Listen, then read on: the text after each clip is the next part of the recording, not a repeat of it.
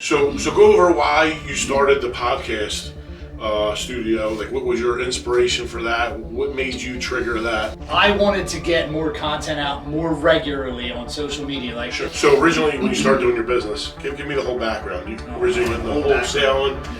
Kind of give everybody a little feel of what you do, what you did, what worked, what didn't. It's almost like the more years you've been in, the more experience you have, the more direct-to-seller marketing that you've done, the more you have ingrained in your brain. All right, welcome to the Relentless Podcast. This is the podcast master. It's the first time I ever seen an actual studio, and I started to copy him. He's the man. His name is Drew Farnese. Great guy. Does a lot in the residential, commercial, real estate, wholesaling space, as well as has a SaaS software company, which he started from the ground up.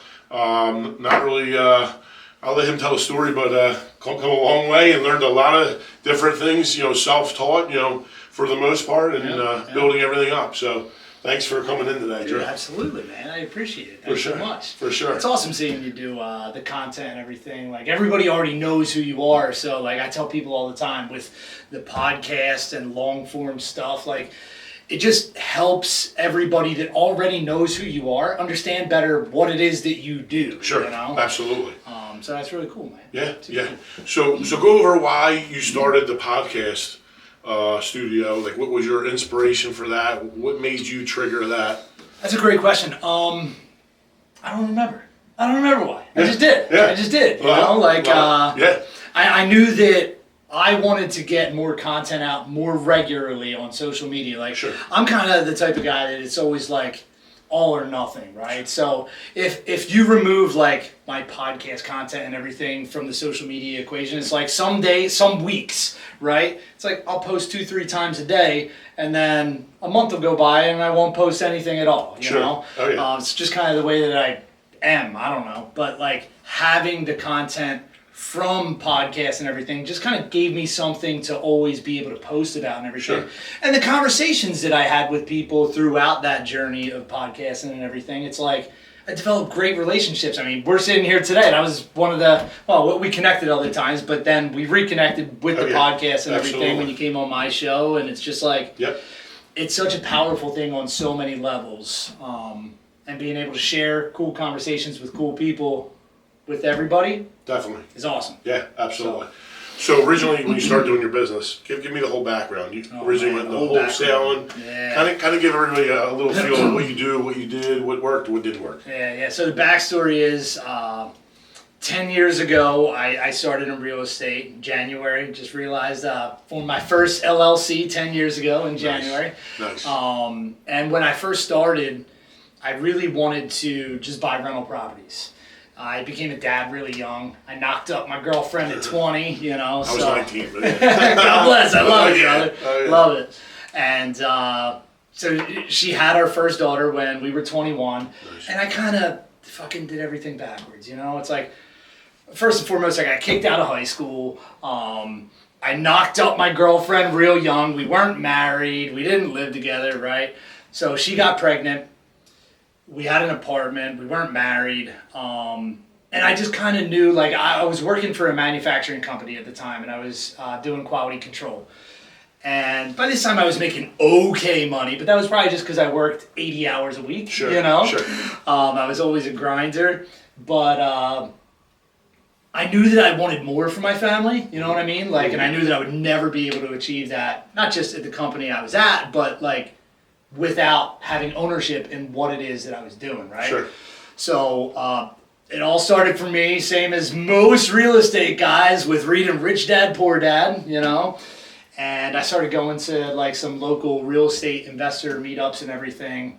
Started rubbing shoulders with some guys that, had been landlords, had been flippers, and had already walked the path that I thought that I wanted to and everything. And it was just funny because at the time, I'm 21, and it's like most of the guys in this first group that I joined, they were mostly older anyway. I would say the average age was like mid-50s, and I'm just like some young, dumb 20-year-old kid, right? But a lot of guys did help me out. I found my first mentor. I paid a mentor and everything, and I paid like $5,000 at the time, and I didn't even have $5,000. But I just kind of knew myself that it's like, if I put money into something, I'm going to make something out of it. You know what I mean? Sure. So, my plan was I was going to buy rentals and I'm going to freaking retire off cash flow, man. Love it. And, I bought my first deal and it ended up not really making sense as a rental. Made sense as a flip. Yep. Excuse me. And so I did a flip. The other side of this is my dad was a contractor, so I grew up around the trades and everything. So kind of the brilliant business plan was I'm going to handle the real estate side of everything. My dad and his company are going to handle construction on rentals, flips, whatever. Yeah. And man, we're just going to rock and roll with it. Yeah. Bought a flip, did a couple more flips. And the first one went probably a lot better than it should have. I think I made like 60 grand on my first flip in, 7 or 8 weeks. It's like, holy shit, man, this is... Get that taste in your mouth of... oh my God, dude, I shouldn't have made that much money, Oh yeah. 'Cause I didn't know anything, obviously. Yeah. But yeah, bought some more flips, bought some more rentals, and probably only 2 years into that journey, my dad passed away. So I had to figure out that whole other aspect of the business. Like, I never intended to figure that out. It's like, not only did it suck from the perspective of losing my dad, right? But it's like, I also lost my business partner too. Sure. And, That's huge. That's huge. Dude, it sucked. Looking back, the blessing of that was when he passed away, like, we had 3, at the time, big renovations for us going on all at the same time. Wow. So it didn't really give me the ability to like slow down and cope or mourn, you know what I mean? It's like I had to fucking grind. I had to figure it out. It's like, if I don't get these projects done, sink or swim. Dude, I'm gonna lose everything. It's like, everything. Man. Yeah. How to jump in and figure it out, So I had been around construction my whole life, and I had helped my dad out on jobs and everything, but I had never been professionally employed in any trades. Right. And my dad at the time, when he passed away, he had 3 guys working for him, so it's like I inherited them guys. And ultimately, they fucked me. They were just stealing time and everything. You'd think they would be a little sympathetic. Sure. Yeah, no, that didn't happen. Yeah. But I figured it all out, man. And I got through those 3 projects. And then it was like, I kind of took a couple months to just kind of process, like, do I want to continue doing this real estate thing? Like, do I even have the ability? Do I have it in me to do it, And I decided I'm going to give it a shot, and my test to myself is going to be the next flip that I do, I'm going to do everything by myself. And I had never done some plumbing things, I had never done some electrical things, but I'd been around it. Sure. And I did it, man. I did a whole flip myself, and on nights and weekends, mind you. Oh, yeah. And it worked, it went well, made money, and that was just kind of like my reassurance to myself, like, you got this, Oh, yeah.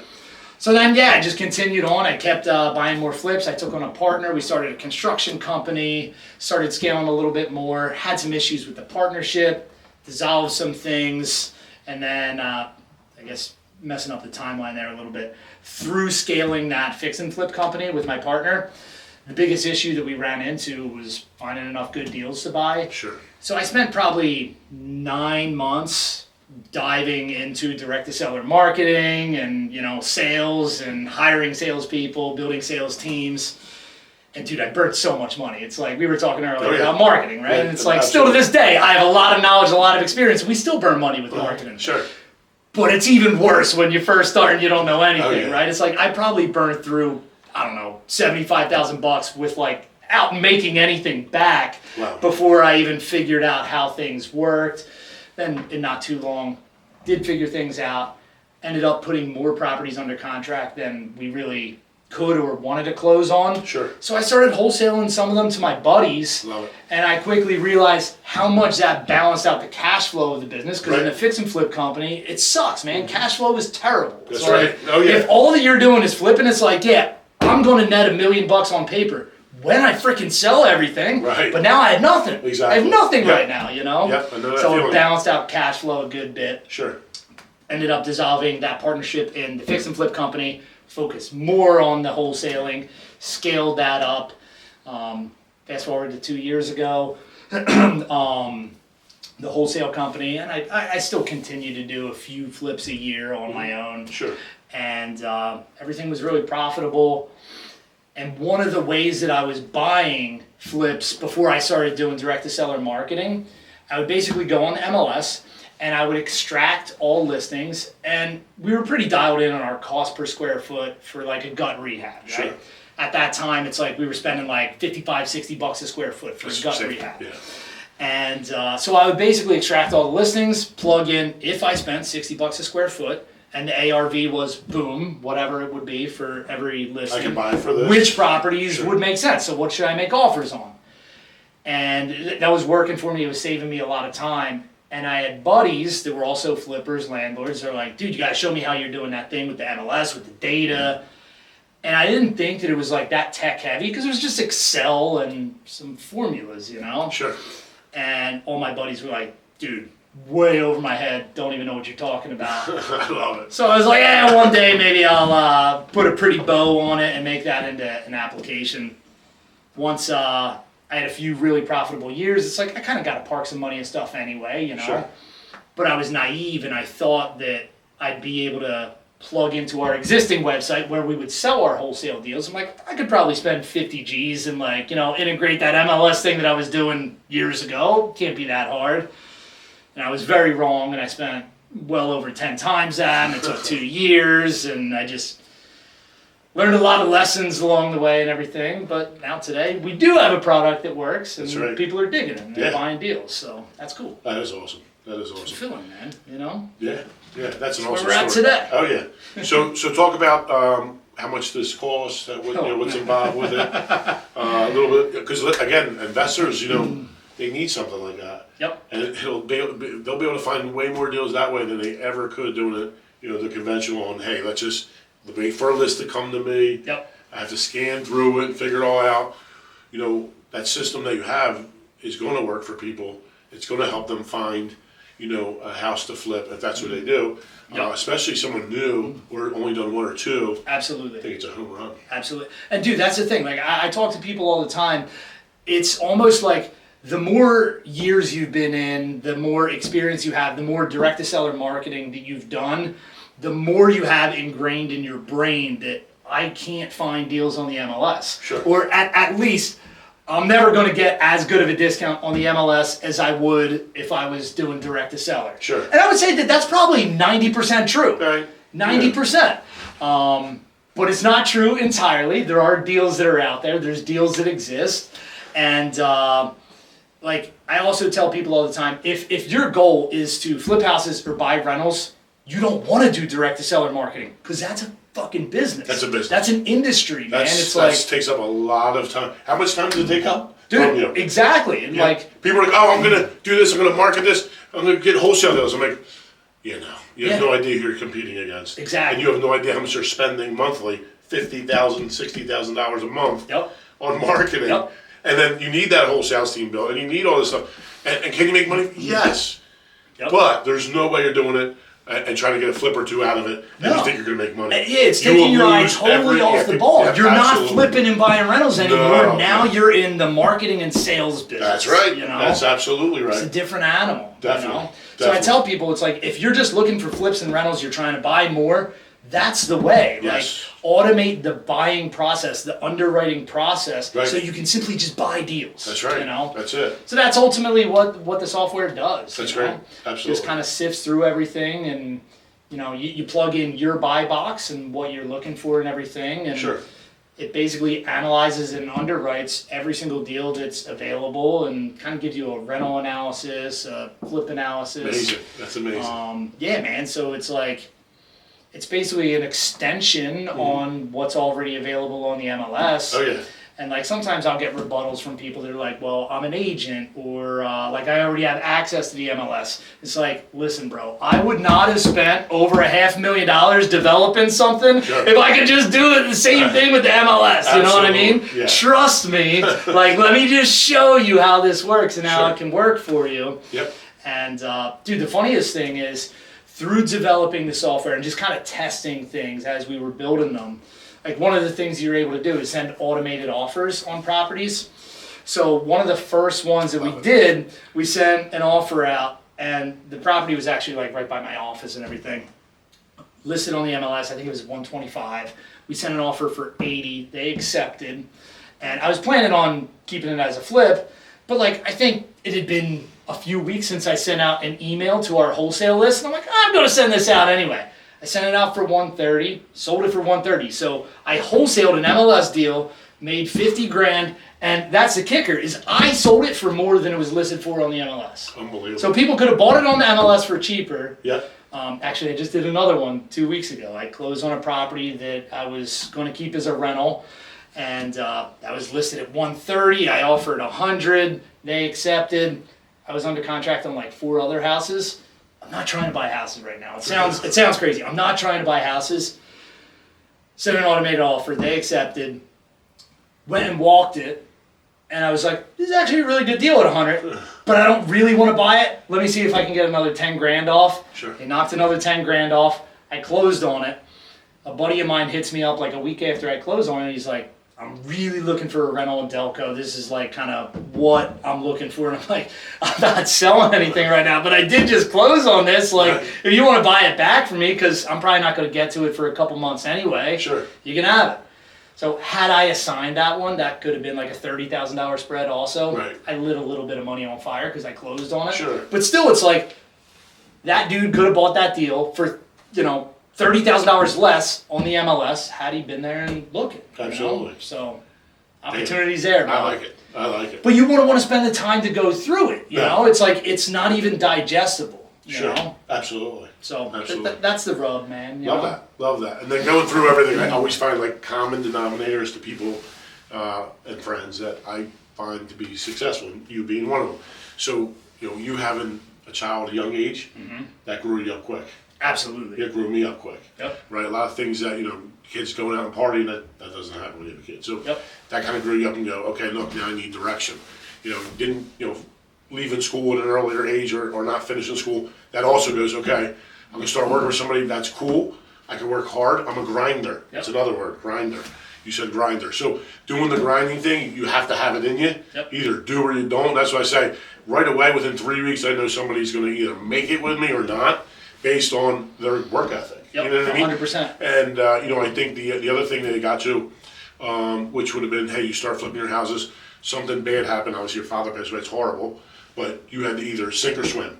And you decided there's no sinking going on, you're Yep. gonna swim, you're gonna figure it out, you're gonna make it work, Yep. you're gonna get over it, and then now on the next thing, now you gotta change direction, right? So adapt and overcome. Yep. Again, it's sink or swim, like, hey, I could just quit and give this up, or, you know what? I like this, I don't like this, I'm gonna make this angle. You start to make that angle. So a lot of times I feel like some of the people, they see someone else doing, oh, I can do that. No, it's not Yeah. that easy. Yeah. Not gonna happen like that. You gotta have a lot of determination.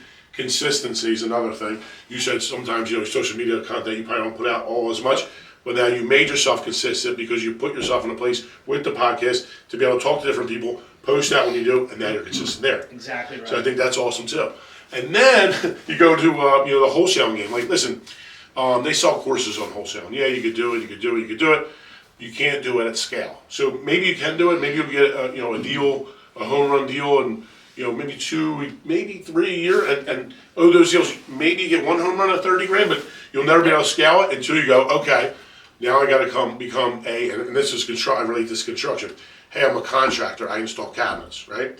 I do that. And then, hey, I hire an employee. How do I scale from there? Hey, I got to hire a salesman or become the salesman. Hey, I got to do marketing. Hey, and now, hey, listen, I'm not a contractor. Yeah. I'm a sales and marketing Wear a lot of company. hats, man, yeah. If you want to grow, now I'm a sales and marketing company. And then you go to a certain point, you go, okay, I'm not a sales and marketing company. Now I want to grow my company together. I need to work on the business. That's right. So now we're a culture building company. So now we build. I feel like that's the highest we can Pull them get. together, yeah. Pull everyone in, and that's what I'm trying to do. Like, listen, it's hard to go from the guy wearing all the hats, have every control of everything, just exactly how I want it, and then go, okay, now I got to say, okay, look, I need this guy to do exactly what I'm doing. It's never gonna happen. No. Nope. Never gonna happen. And then what I learned from just reading and seeing other people, if I can get 80% out of this guy here, that's my number. If I get 80%, Dude, that's a win. I'm a home run. I'm good. So the sales part first again it was the production part that was hard. And I found the guy, trust the guy, he's great, everything was awesome. The biggest problem was his hearing, right? So, and it started at Sandy, so it was easy. We were just demoing houses, and then, demo, and then we're putting them back together. And he heard okay, but, here we are 14, 13 years later, I can't hear it all, right? So it was like every month, even though I could trust the guy, loyal, genuine, all that fun stuff. The problem was he couldn't talk to customers. So I'm like, all right, no more inside. Yeah, let's just do outside. And, he didn't want to go get the hearing aid because he thought people were going to make fun of him. Really? Yeah, because I guess growing up where he grew up in Gloucester City, everyone busts your, you got hearing aid, you're a loser. No, man, you need to hear. So, finally, after everyone, me mostly, beating him down, and then his granddaughter saying, why can't you hear me? Yeah. And just every month. So he finally got the hearing aids, and it's the second week with him, and it's night and day on his production. I now have him inside the house, and I got to tell you, his attitude went from horrible, I couldn't even talk to him, that he's all positive, send me pictures every day. No crap. He's on our morning huddle every day. That's awesome. Oh yeah, so I really feel like, something as small, but as big as that, you take the initiative to do it, who cares what anyone says anyway, bring it up and start to basically boost up your system. And again, scalability is the key, having the right people in the right position, people that you're able to trust and grow your company with you, and and have an incentive for them to build up too. Absolutely. So kind of like what I did with the one-day division, I kind of picked the guy, and it took me a year to get where I'm at, and I talked about my profit, which was next to nothing, but it is what it is. I was like super profit, happy. Baby. Yeah, I'm here. At least it's something. So now I know next year it'll be better, and the next year it'll be better, and growing that. It's all part of the journey. Yep. And I feel like it was just given to me, or if it was just handed to you, it wouldn't be what it was. No, absolutely, man. And I think for me, one of the biggest things is just kind of self-awareness, right? And it's like, I know that I am a disorganized mess, right? But it's like, I thrive in that environment, right? We all live here. I thrive in chaos, right? Yep. I know that normal people don't, right? Sure. So it's like when I first started wholesaling, for example, right? It's like I didn't have systems, I didn't have software, but I had employees and everything. And it's like, oh yeah, I just know off the top of my head, we got these 37 people that we got to follow up on. We got all these deals cooking, right? Sure. But I forced myself to. It was grueling for me, right, to build our CRMs and everything. And like, I hired developers through the process, but it's like I had to do so much of it, Oh, yeah. And it was painful for me because it's like, I don't need this. That's right. You know what I mean? Oh, yeah. But it's like everybody else does. Sure. And if there's no structure, then there's no systems and there's no company, right? That's right. It's like, you got to build that structure, and it really sucked. It was like pulling teeth going through it. But then once it was there, it's like, you can see it start to work. Absolutely. Yeah, once you start to see until I get involved, and then I still don't do the things that I set up for everyone else. That's right. Yeah, get in there. So funny you say that too. So the couple words is we always call it organized chaos. Okay. You say we literally say, hey, we all work as a group together, and we do well. And before I read that book Traction from Gino Wickman, it used to be we were such a great team, we're so awesome, but everyone did everything. So the problem there was no accountability, and there was an issue. I thought you were, and that's where we, hired the coach. And I never thought I needed a coach, but hiring the thing was probably one of the best things I did for the whole team. And we built out ourselves. He didn't give it to us. He extracted the information or asked the right questions to get the right answers and build it up so that we could have standard operating procedures. I love it. And have that, and then. I tried just like you. I tried every, you did wholesaling, but I did every software possible for the contractors. I literally paid for one. Like the one I bought for a year was like $5,000. And they're like, you're gonna use that? Yeah, I'm gonna use it myself. I'm gonna see if it works, see how long it takes. And I basically used it for a year. I liked it, but it took me 6 months to learn. I'm thinking if it takes me 6 months, not that I'm smarter than anybody, but some of these guys, it's hard for them.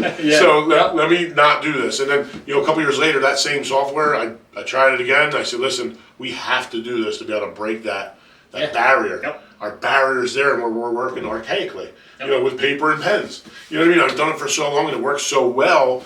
To a certain level, To a certain level, and then you just have to just push through. So I did Triannual this year, but did you ever hear Triannual? Yeah, I use it. Yeah, Scaling my wholesale company. It's cool. It's just I haven't mastered it yet, and I hire a guy just to work on that, and I feel like he's failing because I need to push him. And again, I feel like I'm back on that little, wheel, hamster wheel. I'm going, okay, I'm going. So I'm saying, let's write it. We'll use Synthesia, my little avatar, myself, to write it. And if I can build that up, I only got like 6 months left. If I can get somewhere where at least it's 60% done, then I'm gonna keep rolling with it. I love it. If I can't do it, then I'm gonna cut it off and just go use the other software we have and make something work with that. Dude, that's the frustrating part, is like going through it and everything. It's like, you're not going to see value from that until, like, not only is it done, but 2 years after it's done, Sure. And it's you can train every new employee off it and everything, and there's a single, simple way that everything in the company is done. Sure. But going through it, it's like,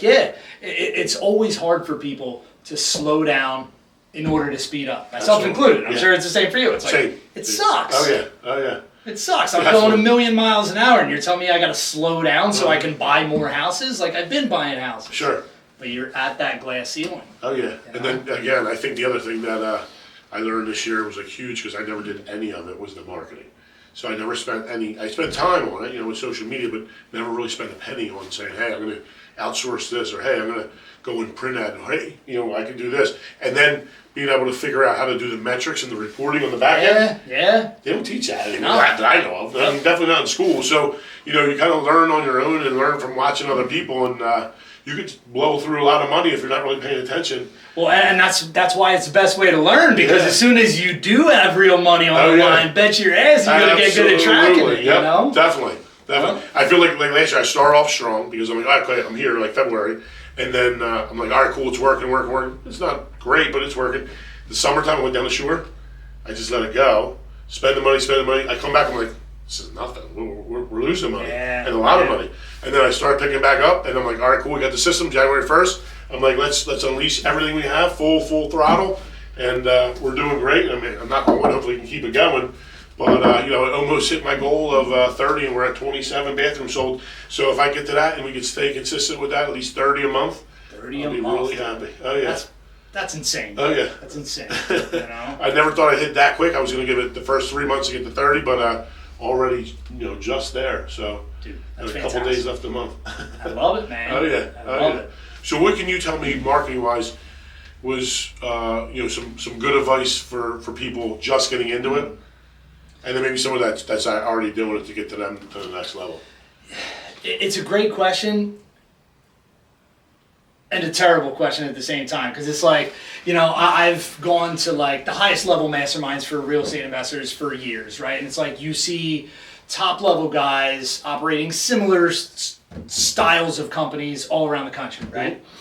And it's so interesting that it's like, oh wow, you have a really similar business to me. It just happens to be that you're 12 states away or whatever it is. Sure. And you do something this way, and it's like, I'm so grateful for all the relationships I've built, because so many people are just so giving and like open with helping with whatever it is, marketing, sales, whatever.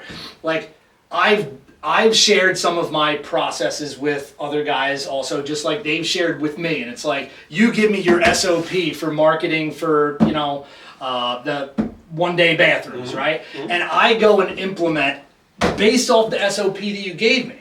Right. And I have totally different results. Oh, yeah. And some of that comes down to just geographic, demographics, whatever it is. Yeah. But there's so many things that can kind of affect and impact everything. And obviously one of the biggest things is just like your personal strengths and weaknesses as a business owner versus mine. So if I try to go replicate something that you've done, even if I have a pretty damn good idea and a lot of insight as to how you did that and how you tackled it, I'm still going to get vastly different results. Correct. But like my biggest advice would be for anybody doing anything with marketing, like ultimately everything works. Sure. As long as you fucking stay with it. That's it. And most people won't stay with anything. No. It's like, because that's the thing. You start doing something and in month one you're like, oh man, didn't get any sales from this. Right. Maybe I didn't even get any leads from this or whatever.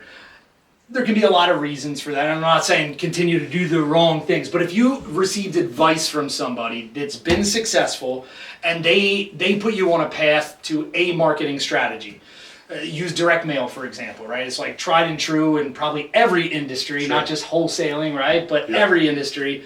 Like, I can guarantee you direct mail does work. Yes. You know, so Yes. if you're in month 1 and you're just not seeing an ROI or you're not seeing leads, maybe you need to tweak some things. And I would also say tweak slowly because you want to be able to track what is changing when Right. you're implementing things. But you got to be consistent. You got to stay with it.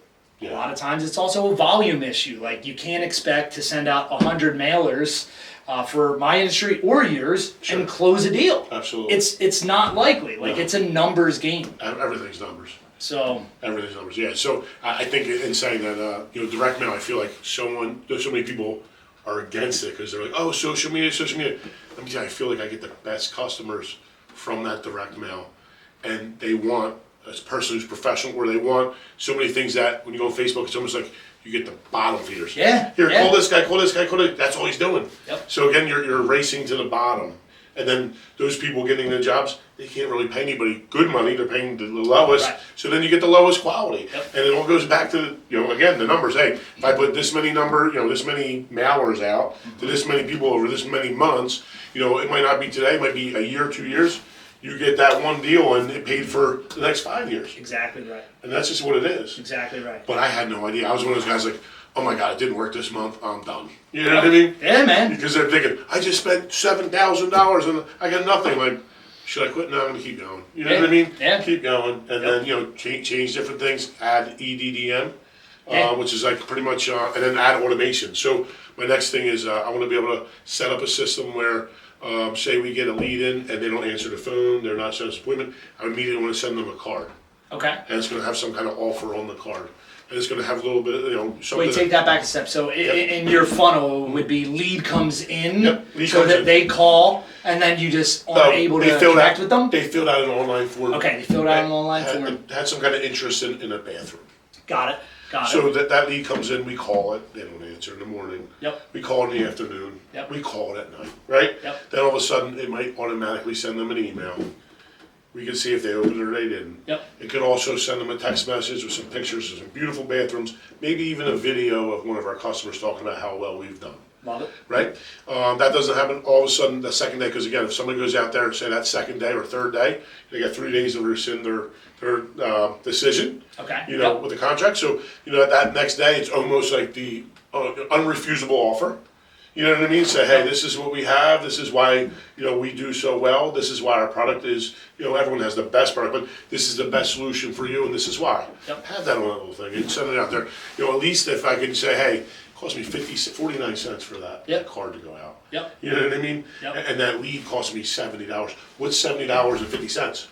Throw a little extra money at it, man. Do everything you can Absolutely. to try to monetize on Yeah, it. Yeah. yeah. I love that. And then my new thing is this. Why do it with myself? If I'm spending $11,000, $16,000 a month on marketing, people spend $1 million a day, by the way. Yep. I know companies that spend that too. I didn't realize. I was scared to spend $2,000 a month. And I'm like, no way, that's crazy. But again, why not network with other companies that don't do exactly what you do? Absolutely. And then they got similar customers, client base looking for similar things. Yep. In like the home service industry, and cross scrub. Now you're marketing to them. You already have the lead for that for maybe payment. You know what I mean? Yeah. It's already done. You already paid for that. So then they call and say, hey, listen, you didn't go with us for payment, or hey, listen, are you the market for this? Now you got telemarketers. Yeah. Right? Yeah, Or you got yeah. a call center, right? Yeah. So that's my next goal. So February 1st, we're starting a call center here. Okay. We'll have four full-time people here. We may try the VAs. The problem with the VAs, I think, people don't like the accent. Even a slight accent. Yeah. I mean, a slight accent. I know. is I good. immediately hang up. I know it's wrong, but I immediately go. I don't have time for this. Yeah. You know Well, what I mean? you're better than me because I don't even answer the phone in the first place, you know. So, Yep. which is ironic because I own a phone sales company, but I know. I don't answer my I phone. love it. I love it. That's super interesting though. Yeah. So like, I do know a lot of people in construction, but I don't know anybody that's doing lead gen like with cold calling Sure. in construction. Yep. I love that. I just think it's a different angle. It is. And again, if you can stay consistent with that, the email automation, the text message here and there, and that'd be obviously it'd be a different loop for them. It wouldn't be like an everyday thing. Hey, when that lead comes into us, they're interested, you need to nail them down. Of course. If you get them within 60 seconds, they have a real high shot of answering the phone. Yep. After that 2 minutes, 3 minutes, they're done. They're on to somebody. They already got somebody. Absolutely. You know what I mean? Absolutely. And that's what I tell the guys. Like, the first one wins. Speed the lead wins. You better be there when the phone, Doesn't when that matter lead if it's comes in. 8:30 at night, man. Nope. Oh, no. 60 seconds. Oh, yeah. In the beginning, when I first started, I didn't have a lot of money. So when that lead came in, it cost me, I think it was like $30 at that time. I'd call him if it was 9 o'clock at night. Yeah. I'd call him, hey, I could be there in 15 minutes. And I always said the same thing. So literally, I would always be the first guy. I had 2 phones. First one to beep, usually there's one a little faster than the other. I will call with that one, and I'll read what they want on the other one. And they're like, I just hit the button. I said, yeah, it's great because I'm right outside. And they're like, what? That's how good we are over yeah, here. that's it. How great do you think the rest of the process is going to be with us? Exactly. Oh, yeah. And I would drive right out there. It was 9:30 at night, 10 o'clock. I really didn't care. Dude, that's awesome. And I'd have that sound before the next person could actually call. So. And that just goes to show, like, why you've been so successful in everything that it is that you're doing. Oh, yeah. You know, it's like, it's those little things that really aren't little things. Right. That's the most important stuff. Oh, yeah. You know? Yep. And then I see again, that, not to go back to realtors, but I feel like realtors, a lot of them don't answer their phone. Oh, yeah. It's insane. I'm like, how do you do business? Yep. When there's a million different of you, realtors out there, and you want to get this guy's business, but you can't answer a phone? Yep. Sorry, I'm going to go someone who's going to answer my phone call. Yep. Dude, I can tell you, like, we've experienced so much of it in the last few months with the software and doing the automated offers. Like, one of my sales guys is basically using our software to send out automated offers on stuff in Delco that we would flip, whatever. Sure. And I would say, on average, we're sending out, not a lot, 15, 20 offers a week or something. Okay. And, dude, a lot of these offers are at listing price. It's not like they're low balls. We're not sending stuff out at 40% of list price or anything, Yep. But I would say about 60 to 70% of the time, 40% of the time we get ghosted. And we're sending a fully executed agreement of sale. So, like, legally, they have to actually present our offer to the seller, right? We're getting ghosted after sending that, after calling, after texting. Sometimes we even call their broker, and it's like, if it's something that we really want, we'll call the broker, and it's like, yo, your listing agent, we sent them an offer for full price 3 days ago, haven't even gotten a call back. And sometimes we don't even get a call back from the broker. It's like, what is going on, man? Yeah. We're in the friggin' twilight zone, Yeah, they think they're I'm just trying to give you money, you know? Oh, yeah. It's unbelievable. Wow. So it was funny, you saw the ghosted thing. So I watched something on YouTube, and I got this idea off of them. So after we go out there and we don't get a response back, like say we don't get the job, we'll call, maybe text, an email. After that, we have like a nice, soft, funny email. It's a ghost, like a soft looking like Casper. I love that. Please don't ghost us. And we have this thing about, hey, listen, we really spent your time going out there to meet you, and I don't know if the price was an issue or just the product was an issue, or you went another way, or maybe went another. Just please let us know. We'd love to hear love your feedback, something like that. And I got to tell you, almost every single time. Response rate from it's Yeah. Because people like that. It's like, hey, we're not trying to be a jerk. We're not trying to harass you, but hey, just tell us what happened so we can move on. Absolutely. You know what I mean? And half the time, if we could pull, 1 or 2 jobs out of 10, that's a home run for us. Dude. You So that just reminded me, as I was going through and setting up my CRM years ago, we were setting up like text message sequences to leads, like you said, that were not interested for whatever reason. Sure. And it was basically like, as we set it up, it was like a 30 text message sequence, but it was supposed to happen over the course of like a year and a half, So day number 1, text number 1. Week number 3, text number 2. Whatever. That's the way that it was set up. Well, that's the way I thought it was set up. I kind of screwed it up initially, and dude, we had however many leads it was in the system at that time, like that given day. Right. But it was like, there were basically 50 people that they got a text message every single day, and the text didn't even make sense, right? Because like, text message number 2 might have said, I know that we haven't talked in a few weeks. It's like, no, we just texted freaking yesterday, But basically, one of the leads, 27 texts, 27 days in a row, reached out on day number 27, and they're like, yeah, I'm interested in selling. Can somebody talk? And we ended up closing a deal, and we made, whatever it was, Love it. $25,000 on it. And that was after screwing up royally. I'm thinking we're going to get freaking sued because we're harassing this person, Oh, yeah. And they're like, yeah, no, I want to sell. It's like, well, why didn't you answer for 27 text messages? So similar situation with us with that was before the appointment, a couple hours before, we sent out a picture of, our employee, the salesman, Yep. in front of the truck, and it says, hey, just making sure you're going to be there for the appointment at 2 p.m., blah, blah, blah, blah, look forward to meeting you. Well, whatever reason, we set up wrong, and instead it was just instead of just the one customer was supposed to get it, it was every customer. So I was getting so many. That was probably a great lead gen thing, though. Let me though. tell you something. It's like, well, if you come at 3, I'm like, wait a minute, we don't have an appointment. At first I was going to tell them, no, we're so sorry. And do you really do this again? So we had a couple bad ones, but let me tell you, it actually worked in our favor. I'm like, this is really neat. Isn't that funny how just doing things, a simple mistake, simple mistake. So, oh yeah, absolutely. I think the one guy was mad. He was like, is this how you guys do business? You try to push? I'm like, not really, but it actually kind of works. Well, dude, that's another thing that anybody has to accept if they do any form of marketing is that you're going to deal with crazy people. Yeah. It's going to happen. I've had people, it's like they got a postcard from us and they're like, I'm going to come to your house, I'm going to burn it to the ground and kill your whole family. It's like, whoa, dude, this is a little much, you know. A lot of people are in a bad way, and you have to deal with that. I wasn't used to dealing with that either. Yep. So at first I'm like, why are you so angry? Yeah, it's like, do you do this to the pizza company that drops a menu at your door? Like, it's not that serious. Throw it out, dude. Yeah. But, if it's not for you, move on. That's it. I don't know why people even take the time to say something negative. I know. And negativity breeds negativity, unfortunately. So those people they shouldn't be our customer anyway. Absolutely. So you just kind of write that off and kind of keep going when you're doing what you're doing. That's it, brother. Yeah. And then what else we got going on with marketing? So the other thing I guess that we're doing, which is pretty neat, is the automations is cool, but AI. So AI bot's cool. At first we set them up for just bathrooms because again I thought it would be pretty neat. I lost my first job from it. The guy wanted me to build a shed and outfit it for a gym. And the bot was telling it how to be sanitary, you need to have a bathroom in this gym. And it was going back and forth for a head. He's like, I definitely don't want this bathroom. He's like, I understand, but don't you want your hands to be clean when you're touching the equipment? And I'm like, what is this thing? It sounds like a good upsell, brother. I don't know. He was not having it at all. And I said, hey, you're talking to AI. But just watching the conversations and how they evolve and how much, honestly, they got better in a couple of months. Right.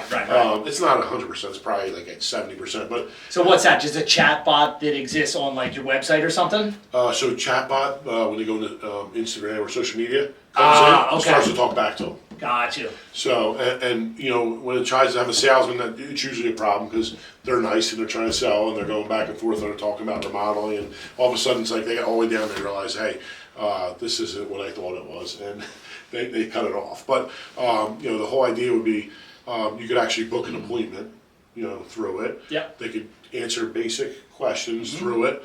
And then you could call and you could speak to somebody and you really can't tell now that it is somebody from AI unless they get in some kind of weird question where it's way outside of the box. Yep. You really don't know. Yep. So, and they'll basically, all the information will get, everything goes right in our CRM and they can set the appointment too. So it's definitely evolved from last year to this year. I feel like it'll continue to evolve. So I'm trying to be the guy who's the innovator and trying to be able to stay ahead of it. But it's a lot of work. It is a lot of work, and it's changing so rapidly. So it's like you could set something in stone today, and it's like, cool, you develop all your SOPs around it and everything, and 3 months from today, it's like, that's totally obsolete. That's the shit from last year, dude. That's old. Uh-huh. Yep, exactly. Yep. But at the same time, if it's efficient and, it's booking more appointments for you anyway, who cares? Exactly. Yeah, you've got the systems working, keep running with it. Only change when you're ready to change it. It's like a drastic change. Yep.